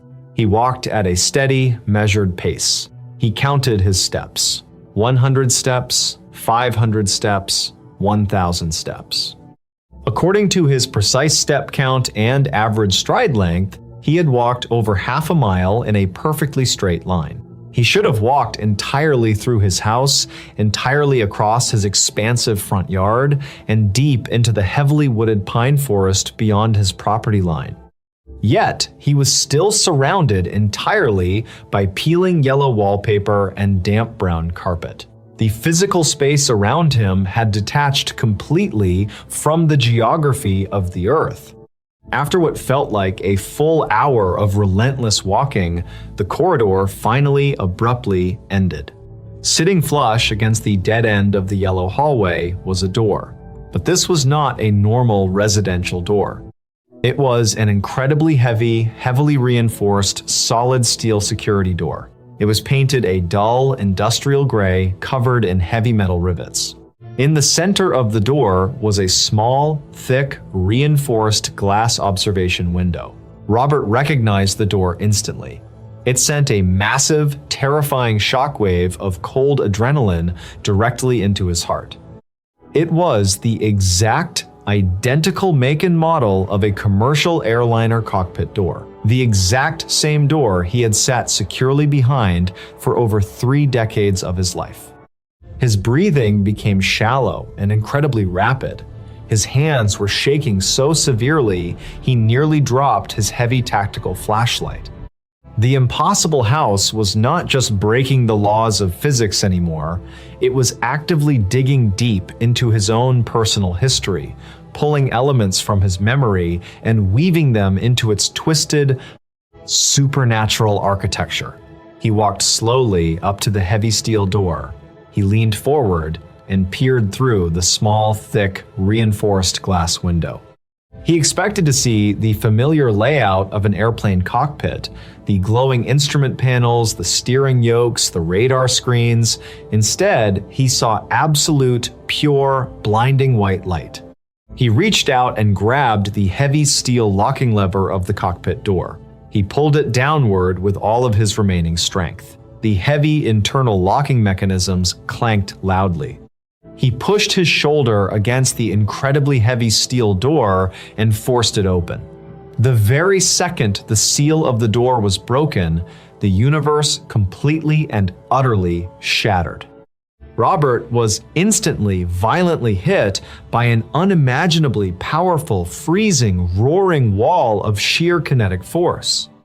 The sound was absolutely deafening, a horrific, continuous, booming roar that completely overloaded his eardrums. It was the sound of a Category 5 hurricane directly in his face. He was not standing in a room. He was standing on a small, rusted, square metal platform, roughly 3 feet wide, completely suspended in open, empty space. Robert grabbed the metal door frame with a desperate, white-knuckled death grip, the violent wind immediately tearing his flashlight from his hand. The flashlight tumbled over the edge of the platform, falling silently into the abyss below. Robert forced his eyes open against the blinding, freezing wind. He looked down.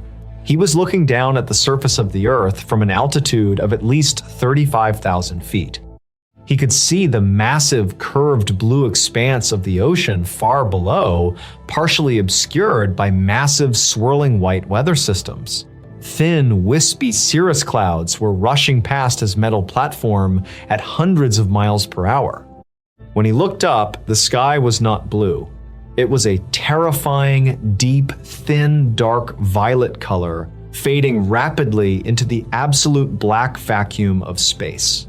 He was standing outside, in the stratosphere, without a pressurized suit, without an aircraft. He was standing on a tiny metal platform connected to a peeling yellow hallway that was supposed to be inside a stone ranch house in Colorado. The sheer, incomprehensible scale of the impossibility completely destroyed the last remaining fragments of Robert's sanity. The brutal, freezing temperature of the high-altitude atmosphere was instantly freezing the moisture in his eyes. The extreme lack of oxygen began to make the edges of his vision turn entirely black. He was going to pass out, fall off the tiny platform, and plummet 35,000 feet to his death. Driven by the absolute purest form of primal biological terror, Robert threw his entire body weight backward. He fell hard onto the damp brown carpet of the yellow corridor, grabbed the heavy steel handle of the cockpit door, and violently pulled the massive steel door completely shut. The heavy locking mechanisms engaged with a loud, metallic clank. Instantly, the deafening roar of the jet stream wind was cut off, replaced entirely by the low, sickening, buzzing hum of the flickering fluorescent lights above him. Robert lay on his back on the damp carpet, gasping desperately, violently for oxygen, his chest heaving, tears streaming rapidly down his freezing face. His logical mind was entirely gone, replaced by the frantic, screaming panic of a trapped animal. He had to leave, he had to run, he did not care about the blizzard. He did not care about freezing to death in the Colorado snow. Freezing to death in the normal, rational world was infinitely better than existing for another single second inside this impossible nightmare geometry. He scrambled onto his hands and knees, forced himself up, and began to sprint blindly back down the seemingly endless, narrow yellow corridor. He ran until his lungs burned and his leg muscles screamed in agony. He ran for what felt like miles, guided only by the sickening fluorescent lights, desperate to see the heavy wooden door he had left propped open. Finally, he saw the dark wooden door frame ahead. He sprinted through it, bursting back into the massive, dark, gray painted room. The room was still completely pitch black, as he had lost his flashlight to the sky. He navigated purely by memory, running blindly through the massive void until his hands violently struck the rough, jagged edges of the hole he had sawed in the drywall. He threw himself through the jagged hole, scraping his arms heavily on the drywall, and collapsed onto the beautiful hardwood floor of his normal, familiar hallway. He scrambled to his feet. His house looked exactly the same. The kitchen island was there, the leather sofa was there, the stone fireplace was there. Robert did not stop to pack a bag. He did not grab a heavy winter coat. He grabbed his car keys from the kitchen counter. He was going to start his heavy four-wheel drive truck, put it in gear, and forcefully ram it through the massive snowdrifts until he reached the highway. He ran to the front of his house. He grabbed the brass handle of his heavy solid oak front door, the door that led out to his driveway, his truck, and the freezing normal reality of the Colorado mountains. He unlocked the heavy metal deadbolt. He took a deep, desperate breath, turned the brass handle, and forcefully threw the front door completely open, stepping forward to rush out into the snow. But Robert's heavy winter boots did not land on the snow-covered concrete of his front porch. His boots landed on damp, dark brown carpet. Robert stopped dead, his breathing completely halted. He slowly raised his head and looked out through the open front door of his house. He was not looking at his driveway. He was not looking at the pine trees. He was not looking at the dark, snowy Colorado sky. Standing in his open front doorway, stretching out in a perfectly straight line for absolute miles into the distance, was the incredibly narrow, dimly lit corridor with the peeling, faded yellow floral wallpaper and the buzzing fluorescent lights. Robert slowly turned his head and looked through the massive glass windows of his living room, the windows that should have shown him the mountains. Through the glass, he did not see the outside world. He saw the interior of the massive, impossibly large, dark gray room. The house had completely inverted. The impossibility had not just been contained to a single hidden room in the hallway. The supernatural geometry had slowly, methodically expanded, wrapping itself entirely around the exterior of the property. The concept of outside no longer existed. The architecture had completely consumed him. Robert Blackwood dropped his car keys onto the floor. They landed with a sharp, pathetic clatter that was quickly swallowed by the low, endless buzzing hum of thousands of flickering fluorescent lights. He was a man who had spent his life trusting the unbreakable laws of physics, and he was now permanently, eternally sealed inside a house where those laws had simply ceased to exist. Thank you so much for reading today's story. If you enjoyed it, please consider subscribing as we tell new, strange, dark, and mysterious stories multiple times a week. Until next time, stay safe. If you are a fan of the strange, dark, and mysterious delivered in story format, then you have come to the right place because that is all we do. Before we begin, if you enjoy our content, please invite the like button to a fancy, expensive steakhouse. Tell them you are paying for everything, but right when the waiter brings the final check, pretend you need to use the restroom, climb out the bathroom window, and leave the like button to wash dishes for the rest of the night. Now, let us get into today's story. In the summer of 2014, a 32-year-old man named Arthur Pendleton was living in a small town in upstate New York. Arthur was not just your average weekend scuba diver who liked to look at coral reefs on vacation. He was a master technical diver. He was certified in deep water recovery, complex cave diving, and the use of closed-circuit rebreather systems. By the time he was 30 years old, Arthur had already logged over 400 technical dives in some of the most dangerous underwater environments on the planet. He had explored underwater river systems in Mexico and mapped sunken battleships in the Pacific. He was a man who understood the crushing physics of deep water better than almost anyone else, and more importantly, he knew how to remain completely calm when things went wrong in the dark. Not far from Arthur's home was a massive body of water known as Lake Serenity. Despite its incredibly peaceful name, Lake Serenity was notorious among the local technical diving community. It is what is known as a glacial ribbon lake, meaning it was carved out by glaciers millions of years ago.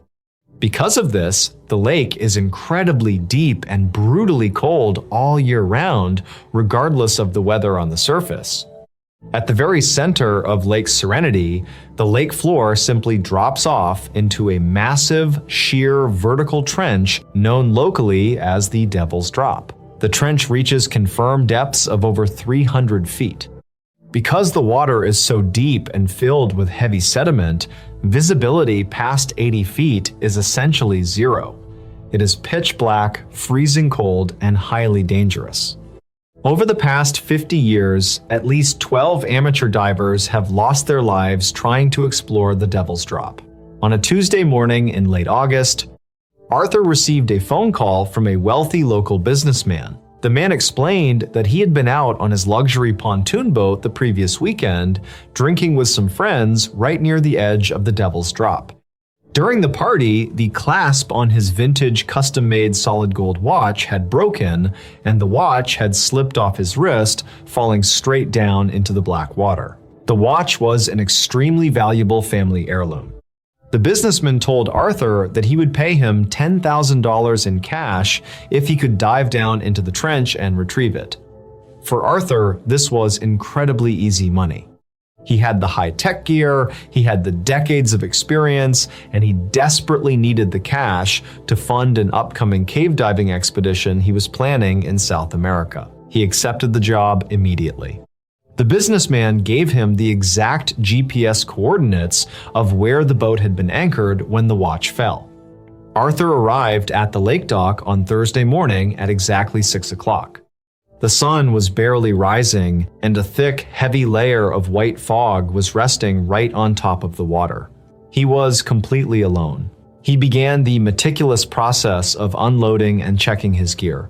For a dive this deep, he could not use standard scuba tanks. Instead, he wore a highly specialized closed-circuit rebreather unit. This machine chemically scrubs the carbon dioxide out of a diver's exhaled breath and recycles the unused oxygen.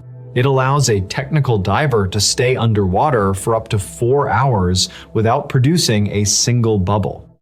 It makes the diver completely silent. Alongside the rebreather, Arthur wore a heavily insulated dry suit to protect him from the freezing temperatures, strapped 3 heavy-duty waterproof flashlights to his harness, secured a large titanium dive knife to his right calf, and mounted a high-definition waterproof action camera to the top of his dive helmet to record the entire process. Arthur piloted a small rented motorboat out into the center of the lake, cutting through the dense morning fog until his GPS told him he was hovering exactly over the Devil's Drop. He cut the engine, the silence was absolute. He dropped his heavy anchor, performed his final safety and breathing checks, sat on the edge of the boat, and rolled backward into the freezing, dark water. The first 50 feet of the descent were entirely standard. The water was a murky, cloudy green, filled with floating algae, dead leaves, and small schools of curious fish.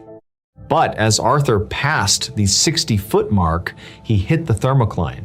The temperature of the water plummeted instantly, feeling like liquid ice pressing against his dry suit. By the time he reached 100 feet, the ambient sunlight from the surface had completely vanished. Arthur was swallowed by absolute crushing darkness. He reached up and clicked on his primary helmet flashlight. The high-powered beam cut through the black water like a laser, illuminating thousands of tiny particles of floating silt that made the water look like a blizzard at night. At 120 feet down, he reached the edge of the trench. The sloping, muddy floor of the lake suddenly ended, giving way to a sheer vertical cliff face of jagged rock that dropped straight down into the abyss. Arthur adjusted the buoyancy valve on his suit and began to descend slowly down the wall of the cliff. 150 feet, 200 feet. The pressure pressing against his body was immense. At this extreme depth, technical divers face a very real physiological threat called nitrogen narcosis, which is sometimes referred to as the rapture of the deep. It is a condition caused by breathing pressurized gases, and it acts exactly like severe alcohol intoxication. It can make a diver feel euphoric, confused, or intensely paranoid. A diver suffering from narcosis might forget which way is up, or even take the regulator out of their mouth because they suddenly believe they can breathe water. But Arthur had trained his brain and body to fight off these effects. He remained highly focused, monitoring his depth gauge constantly. At 240 feet below the surface, Arthur's fins gently touched the soft, silty bottom of the trench. The water temperature here was hovering just above freezing. He adjusted his buoyancy perfectly so he was floating just 3 feet above the ground.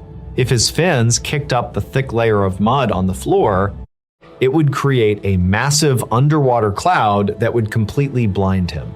He began his search pattern, moving in slow, methodical grid lines. After 45 minutes of tedious searching in the pitch black, a tiny glimmer of gold caught the edge of his flashlight beam. Arthur swam over and smiled behind his mouthpiece. Resting perfectly on a small ledge of gray rock was the gold watch. He picked it up, inspected it, placed it securely inside a zippered pouch on his chest, and checked his dive computer. He still had plenty of oxygen and bottom time left before he needed to begin his ascent. Arthur turned his body slowly to prepare for the long journey back up to the surface. But as he turned, the sweeping beam of his helmet light caught something strange in the distance. He stopped moving. About 30 feet away from him, resting on the flat, muddy floor of the trench, was a chair. Arthur frowned in confusion. It was not uncommon to find garbage or sunken debris at the bottom of a lake. But this was a perfectly intact wooden dining room chair, sitting completely upright in the mud, as if someone had placed it there on purpose. Curiosity got the better of him. He kicked his fins gently and glided through the freezing water toward the chair. When he got within an arm's reach of it, he realized it was not just a piece of garbage. Tied tightly to the back left leg of the wooden chair was a thick, bright yellow nylon rope. The rope stretched out horizontally across the dark lake floor, disappearing into the pitch black void ahead of him.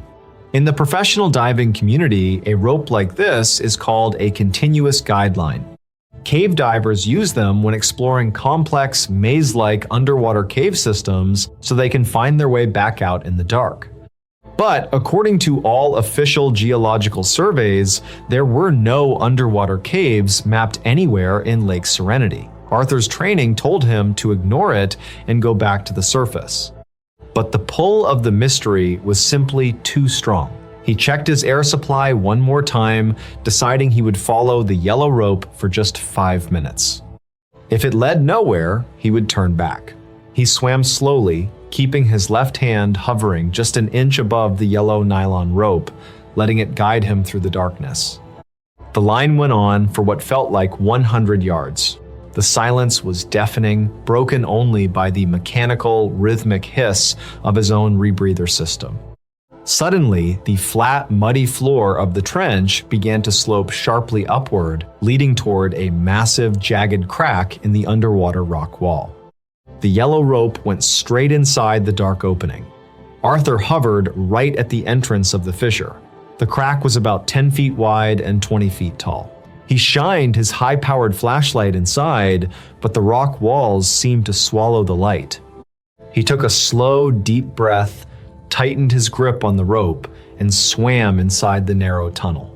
The rough stone walls closed in tightly around his shoulders. He carefully navigated through the claustrophobic space for another 50 feet. Suddenly, the narrow tunnel opened up entirely. Arthur swam out into a massive, hidden underwater cavern.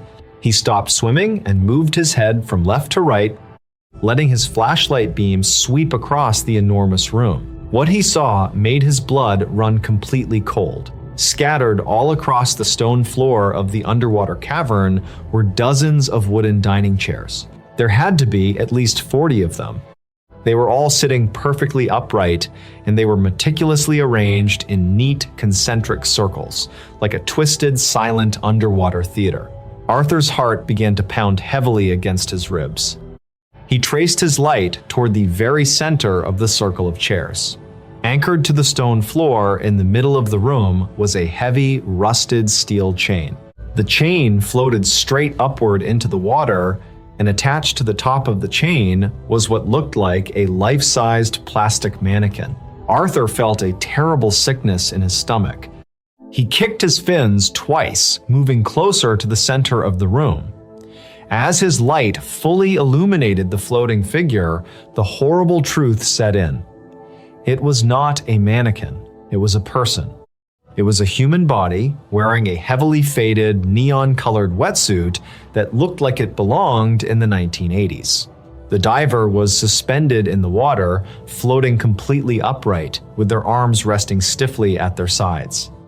The heavy, rusted chain was wrapped securely around the diver's waist, keeping them permanently tethered to the floor of the cave. Arthur felt a wave of pure, primal panic wash over him. He had stumbled into an underwater graveyard, or worse, a crime scene. His hands were shaking violently as he reached into his pocket and pulled out his waterproof slate and pencil to write down the exact depth and coordinates for the police. But as he was writing, he felt the water around him physically shift. A strong, unnatural current suddenly pushed against his chest. Arthur stopped writing and looked up. The dead diver in the center of the room was no longer facing away from him. The body had turned. The dead diver's face mask was now looking directly at Arthur. Arthur froze completely. He told his panic-stricken brain that it was just an underwater thermal current moving the body. It was just physics. It had to be. But then, as Arthur watched in absolute horror, the dead diver's right arm slowly began to raise upward against the weight of the water. The movement was stiff and unnatural. The rotting, gloved hand extended forward, and a single finger pointed directly past Arthur, aiming toward the darkest, farthest corner of the cavern. Arthur's breathing spiked dangerously fast. His rebreather unit hissed loudly, struggling to keep up with his hyperventilation.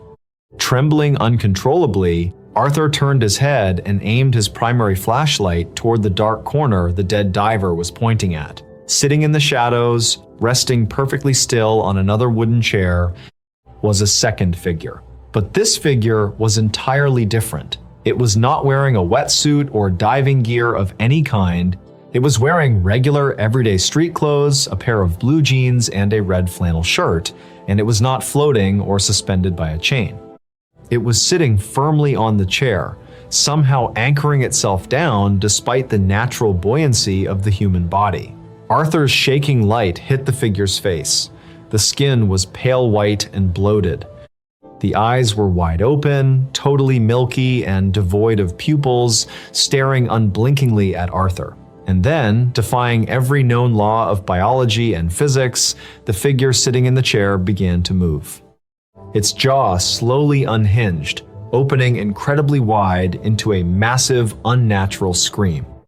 No sound came out into the freezing water, but a massive, violent stream of dark, thick, black fluid erupted from the figure's open mouth, instantly clouding the water in the cavern. Pure, unadulterated terror seized every muscle in Arthur's body. He abandoned all of his professional training. He kicked his fins as hard and as violently as he possibly could, turning his back on the horrific scene. He swam blindly back toward the narrow entrance of the cavern. In his absolute panic, his powerful fin kicks struck the muddy floor of the cave, kicking up a massive cloud of thick brown silt. Instantly, the water turned opaque. Visibility dropped from 30 feet to absolute zero in a matter of 2 seconds. It was a complete, blinding whiteout. Arthur could not even see his own hands in front of his face. He was trapped inside a sunken mountain, 240 feet underwater, completely blind, with whatever was in that room behind him. He scrambled desperately in the dark, his thick gloves scraping violently against the sharp rocks, tearing the nylon of his suit. He searched frantically for the yellow rope. His fingers finally brushed against the rough nylon line. He grabbed it with a death grip and pulled himself forward, swimming blindly through the tight, claustrophobic fissure, expecting at any second to feel cold. Dead hands grab his ankles and drag him backward into the dark. After what felt like an eternity, he felt the water temperature shift slightly and the sheer rock walls around him disappeared. He was back in the main trench. He let go of the rope and immediately began swimming upward toward the surface. He was breathing dangerously fast. His dive computer was beeping violently on his wrist, warning him that he was ascending way too quickly. Arthur knew the brutal science of deep diving. If he shot straight up to the surface without stopping, the pressurized nitrogen bubbles in his blood would literally boil, causing his lungs to rupture and resulting in agonizing death from decompression sickness. Forced to choose between the terror below him and the fatal physics of the water, Arthur forced himself to stop swimming. He halted his ascent at 100 feet for a mandatory 10-minute decompression stop. Then he ascended to 40 feet and had to wait again for another grueling 20 minutes. Hanging there in the pitch-black water, completely suspended in the void, Arthur felt utterly exposed. He kept his flashlight aimed straight down beneath his fins into the dark abyss, terrified that the figure in the flannel shirt would come swimming rapidly up out of the darkness to pull him back down. Every second felt like an hour.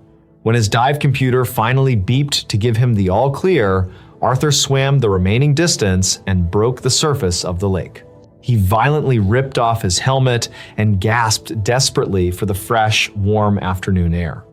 He swam frantically to his rented boat, pulled himself over the side, hauled up the heavy anchor with shaking, exhausted hands, and sped back to the dock at maximum speed.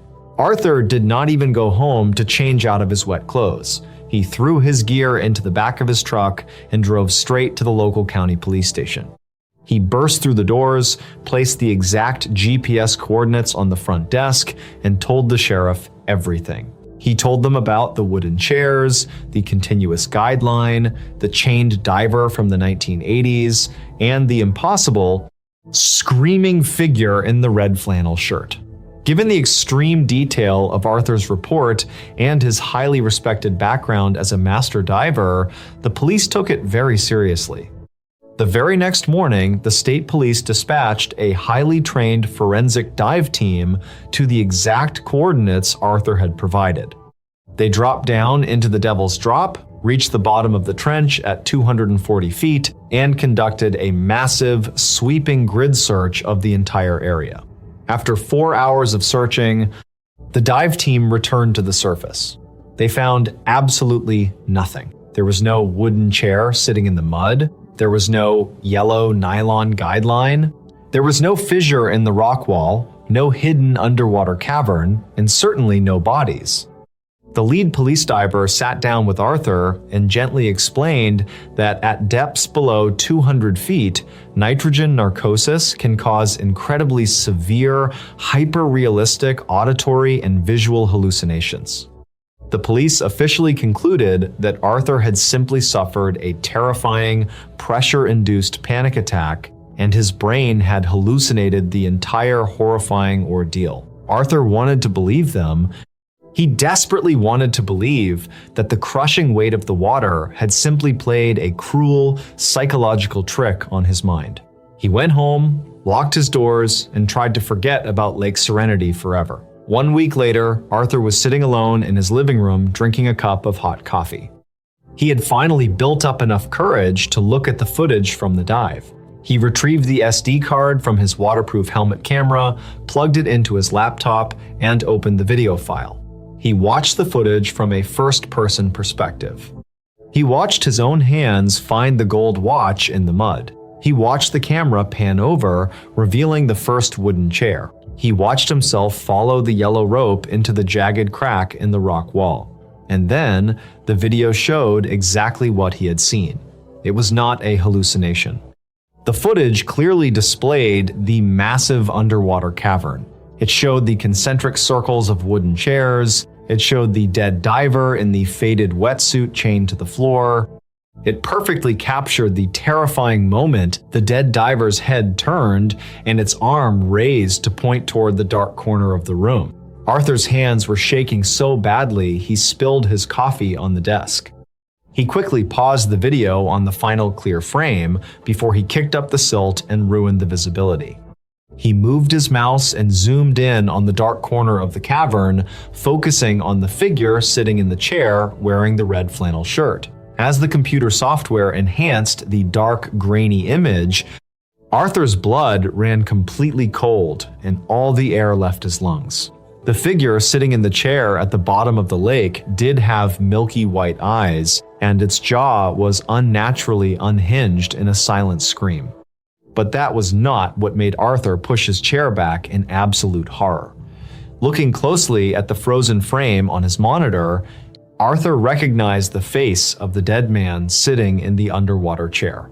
It was his own face. Thank you so much for listening to today's story. If you enjoyed it, please consider subscribing as we post new, strange, dark, and mysterious stories 3 times a week. Until next time, stay safe.